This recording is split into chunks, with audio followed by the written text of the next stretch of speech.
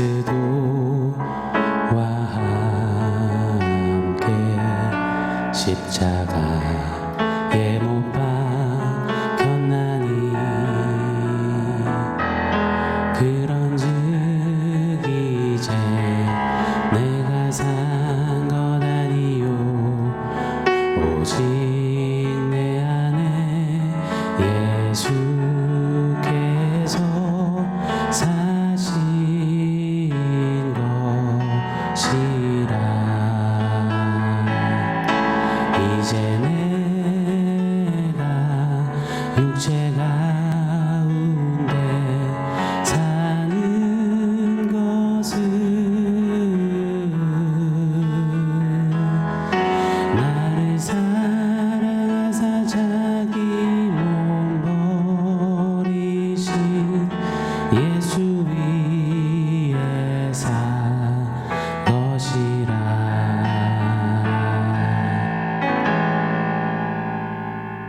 샬롬. 오늘 우리에게 주신 하나님 말씀은 요한복음 19장 17절 그리고 18절 상반절까지 보도록 하겠습니다. 같이 읽겠습니다.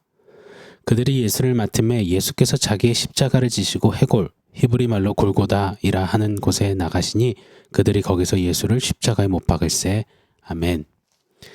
세상은 끊임없이 발전하고 성장해 갑니다. 그 성장의 동력 중에 하나는 인류의 동질화라고 꼽고 싶습니다. 과거에는 지정학적 이유에 따라 저마다 사용하는 음식, 주거공간, 의류, 습관 등등이 달랐습니다. 저마다 독특한 자기들 나름의 정치, 사회, 문화, 종교 등을 가졌습니다. 그래서 각 민족, 부족, 나라마다 전부 다양했고 상이했습니다. 그런데 20세기 이후에 세계는 점점 동질화에 집중했습니다. 대부분의 것들을 하나로 통합시키려 했습니다. 대표적인 예로 스마트폰을 들 수 있겠죠. 인류는 거의 아이폰 아니면 삼성 갤럭시 폰을 씁니다. 빠른 속도로 공유하고 또 서로 카피합니다. 또요, 옷도 비슷한 브랜드를 입고 비슷한 트렌드로 맞추고 음식도 거의 비슷해져 갑니다. 맥도날드나 스타벅스 같은 글로벌 기업들이 세계화라는 엄청난 글로벌 유통 체인을 만들어서 전 세계의 입맛에 동질화를 구현해냈기 때문입니다. 또한 우리가 보는 유튜브, 틱톡, 인스타그램, 릴스, 쇼츠 등등등 이를 통해서 인류를 단 하나로 묶어주는 급속도의 동질화가 점점 더 빨리 이루어지고 있습니다. 넷플릭스에 있는 수많은 영화들, 시리즈, 드라마들은 아예 수십 개 언어로 자막을 달아 송출합니다. 전 세계인들이 다 같이 보며 이제 더 비슷해지는 동질화를 이루어가는 겁니다. 교통편도 너무 편리해져서요. 이제는 전 세계 어디든지 낯설지 않고 다닐 수 있습니다. 비슷합니다. 이처럼 동질화를 이루며 세계는 계속해서 성장해 갑니다. 여러분 보십시오. 이게 마냥 편리하고 좋은 이야기만이 아니라 저는 이것이 세상의 정말 고도의 전략이라 믿습니다. 동질화 말입니다. 이 동질화를 통해 세상은 다시 하나로 묶이려 합니다. 어쩌면 제2의 바벨탑을 쌓으려는 사탄의 고도 전략이 아닐까 생각합니다. 자, 그런데 그럼에도 불구하고 동질화를 아무리 비슷하게 이루고 맞추고 또 가까워지고 편해진다고 해도 이 동질화에는 한계가 있기 마련입니다. 미국 사람, 한국 사람 아무리 영어로 대화하고 교제하고 가까워져도요. 비슷해져도요. 한국인들은 2세, 3세도 보면 항상 어울리다가 집에 가면 김치찌개 먹고 싶어 하더라고요. 따단 하면 바로 곧장 대한민국이 나오더라고요. 동질화로 아무리 같아지려고 해도 아주 많이 굉장히 비슷해질 수는 있어도 완전히 같아질 수는 없는 겁니다. 제가 왜 이런 동질화, 이런 이야기를 장황하게 서두부터 드리냐면요. 우리가 이 십자가 복음에 있어서도 이렇게 동질화로 접근하는 경향이 많다라는 것을 깨닫습니다. 이 십자가 복음은 절대 동질화 이런 개념이 아님을 우리가 꼭 잊지 않았으면 좋겠는 마음입니다. 예수님이 날 위해 십자가를 지셨대. 아이고 머니나 내 죄가 참 크네. 죽을 죄네. 아이고. 우리는 십자가를 보면서 이런 식의 이입, 대입, 동질화를 잘합니다. 뭐 참 좋습니다. 그런데 십자가는 비슷해지고 점점 더 같아지는 어떤 그런 동질화의 이야기가 아닙니다. 십자가의 비밀이라고 하죠. 십자가의 비밀은 바로 연합입니다. 여러분, 연합이 뭡니까? 아예 그 사람이 되어버리는 겁니다. 가령 미국 사람, 한국 사람이 언어와 식습관과 삶의 양식이 점점 더 비슷해지면서 같아져 가는 그것이 동질화라면 아예 그냥 같은 사람이 되어버리는 것, 그 사람이 되는 것, 그것이 연합이라는 말입니다. 십자가는 예수님이 저와 여러분과 비슷해지는 동질화로 최선 다하셔서 내가 너를 위해서 최대한 죽어볼게 하고 지신 게 아닙니다. 십자가는 예수님이 아예 저와 여러분이 되신 겁니다. 예수님이 차준혁이라는 사람이 되셔서 차준혁의 옷을 입고 차준혁의 이름 석자를 달며 차준혁의 처음부터 끝까지를 다 고스란히 가져가서 연합하사 차준혁 대신에 완벽히 죽으시고 부활하신 것, 바로 십자가입니다. 이것이 바로 십자가의 비밀입니다. 오늘 제목처럼요, The Union with Christ, 그리스도와의 연합 말입니다. 사단 마귀가 차마 상상할 수 없었던, 범접할 수 없었던 완벽한 복음의 방법, 하나님의 수, 바로 동질화가 아니라 연합이었습니다. 여러분, 이것을 생각하고 오늘 본문을 좀 한번 보면 더 명확해질 것입니다. 우리 17절 말씀을 제가 한번 읽어드리겠습니다. 그들이 예수를 맡음에 예수께서 자기의 십자가를 지시고 해골, 히브리 말로 골고다이라 하는 곳에 나가시니. 아멘. 예수님은 골고다 언덕을 십자가를 지고 오르십니다. 그리고 그 골고다 언덕에서 십자가에 달려 죽임을 당하시죠. 골고다, 해골이라는 뜻입니다. 라틴어 성경이 번역되면서 이 골고다는 이 갈보리로, 라틴어로 번역이 되었습니다. 그렇게 골고다, 갈보리 산 위에 십자가가 서게 된 것입니다. 십자가는 익히 아시듯이 당시 최고의 형틀이었습니다. 가장 흉악한 죄인이 달리는 최고의 형벌이었습니다. 사실 오늘날은 십자가가 화려하고 세련되었지 않습니까? 아주 친숙하고 친근합니다. 금 몇 돈짜리 십자가도 있고요. 보석이 박힌 십자가도 있고요. 젊은이들 팔뚝에 회개망측한 그림 옆에 십자가 문신이 요상하게 그려져 있기도 합니다. 빨주노초 파란보 형형색색의 십자가, 또 십자가 퍼포먼스도 너무너무 많습니다. 만약 지금 본문 예수님 당시의 사람들이 오늘날 사람들의 이 십자가를 대하는 이런 모습을 보면 정말 화들짝 놀랄 겁니다. 기절할 겁니다. 경악을 금치 못해 할 겁니다. 왜요? 십자가는 죄의 무시무시한 그 무게를 말해주는 비참함, 끔찍함, 저주, 수치거든요. 그 끔찍한 형벌, 심판을 말해주는 것이 십자가거든요. 그래서 결코 자랑할 만한 것이 아니었습니다. 그런 무겁고 아주 심각한 형틀인 십자가를 예수님이 지시는 겁니다. 자, 그 십자가 지신 예수님을 어떻게 그려내는지 보시자고요. 17절 서두를 한번 읽어드릴게요. 그들이 예수를 맡음에 예수께서 자기의 십자가를 지시고, 오늘 본문은 명확하게 선언하십니다. 예수님께서는 자기의 십자가를 지셨다고요. 자기의 십자가를 지고 골고다, 그 갈보리 언덕에 오르셨다. 명확히 합니다. 여기서 우리는 십자가의 비밀, 그 연합의 원리를 반드시 되뇌이고 생각하며 감사해야 할 것입니다. The Union with Christ 말입니다. 사실 예수님이 지셨던 십자가는 바로 저와 여러분의 십자가잖아요. 그분은 죄가 없으신 100% 하나님이신 동시에 100% 인간으로 오신 하나님이시잖아요. 십자가를 지실 만한 죄 몫이 없는 분입니다. 하나도 죄가 없으십니다. 추하고 악하고 더럽고 비겁하고 치사하고 무지몽매하고 패역하고 그러면서도 이기적이고 아나무인인 우리들의 죄, 내가 하나님 되겠다는 그 죄가 꼭꼭꼭 눌러 담긴 우리의 십자가, 바로 내 십자가를 예수님이 지신 거죠.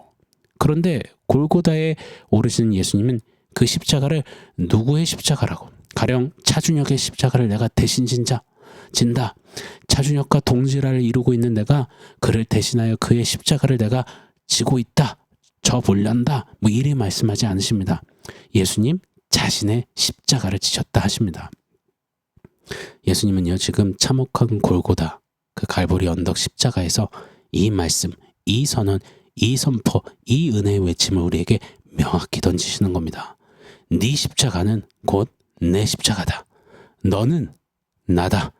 너와 나는 하나다. 연합이다. 너와 나는 연합하였다.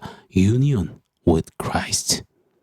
갈라디아서 2장 20절이 그 말씀의 선포잖아요. 내가 그리스도와 함께 십자가에 못 박혀 죽었나니 그런즉 이제 내가 산 것 아니요 내 안에 그리스도께서 사신 것이라. 이제 내가 사는 것은 나를 위하여 자기 몸을 버리신 들으신 하나님의 아들을 믿는 믿음 안에서 사는 것이라.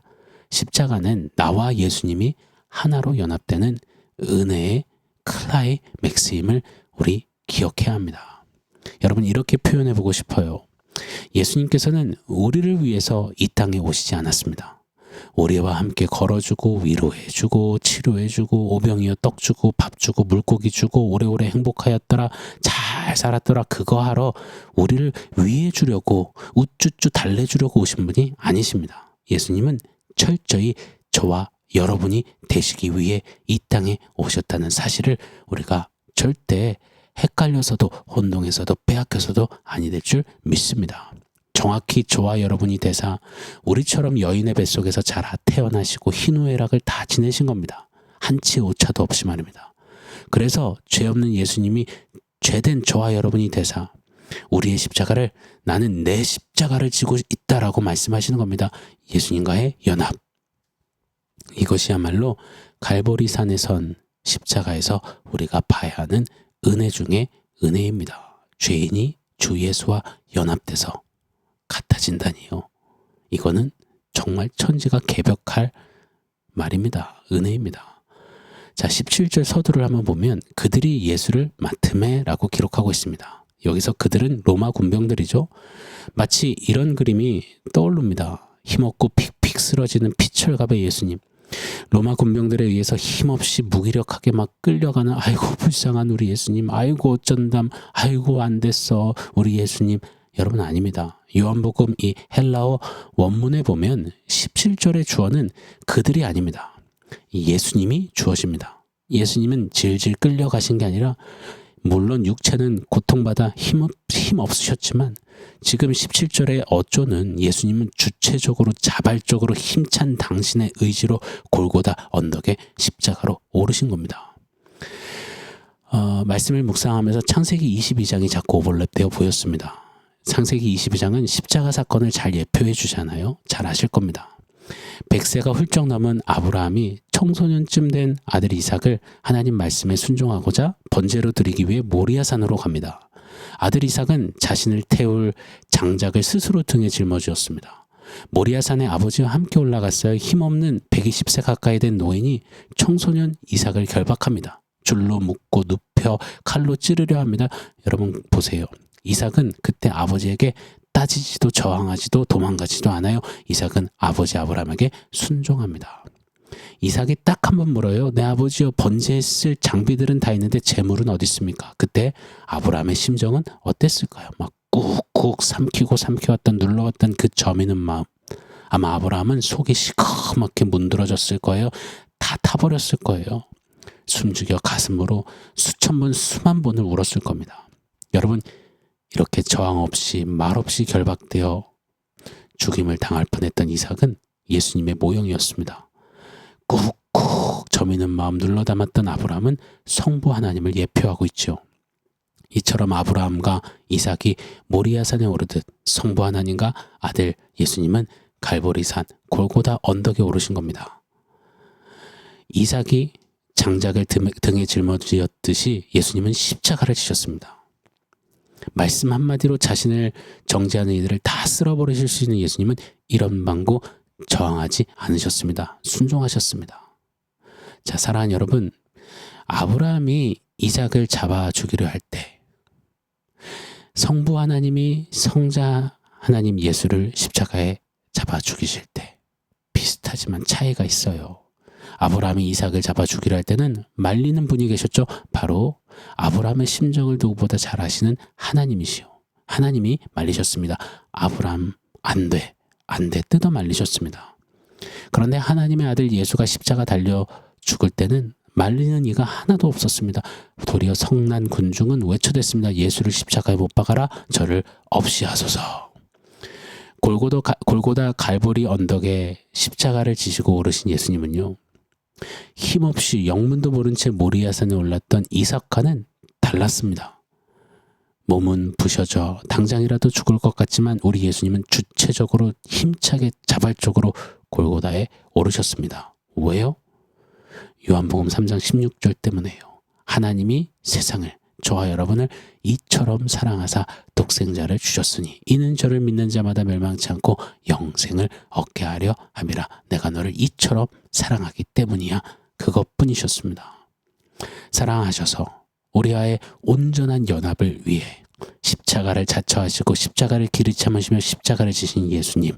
여러분, 우리 신앙생활하면서 이 십자가, 예수님과의 연합, 예수님의 이 놀라운 사랑과 은혜를 결코 세상살이에 빼앗기거나 희석시키든 일이 없기를 예수 이름으로 축원합니다. 자, 오늘 말씀 종합해서 원포인트 세워봅니다. 원포인트는 예수로 살리입니다. 자, 우리가 예수 그리스도와 연합, 그 사랑 은혜를 받아 누렸다면 이제 우리 차례입니다. 우리도 외쳐야 합니다. 모든 것을 쏟아 말입니다. 내가 그리스도와 함께 십자가에 못 박혀 죽었습니다. 내가 십자가 예수님 부활하실 때 같이 예수와 삽니다. 나는 사나 죽으나 그리스도 예수의 것입니다. 예수와 연합되었습니다. The union with Christ. 예수와 비슷하게 동질화되려 비스무리하게 살려 하지 않겠습니다. 작은 예수가 되어서 살겠습니다. 예수라면 외치며 예수로 살겠습니다. 예수로 살리. 예수님처럼 비스무리하게 살려다가 세상 풍파 부딪혀 포기하고 내려앉고 주저앉고 뒤돌아서고 그러지 않겠습니다.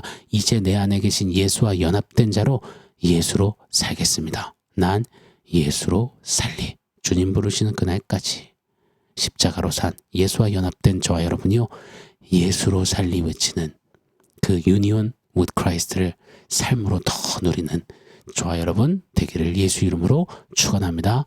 아멘. 사랑하는 성도 여러분, 오늘 말씀과 원포인트 기억하면서 우리 함께 기도하겠습니다.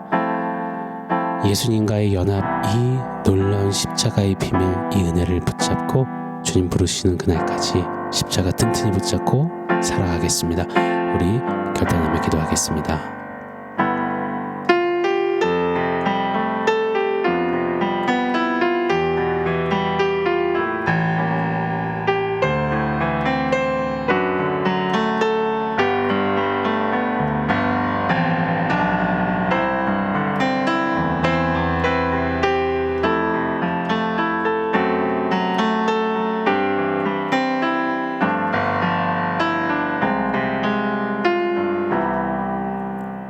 하나님, 죄인을 위하여서 이 땅에 오셔서 죄인과 연합하시는 그 십자가의 놀라운 비밀 은혜를 주셔서 감사합니다.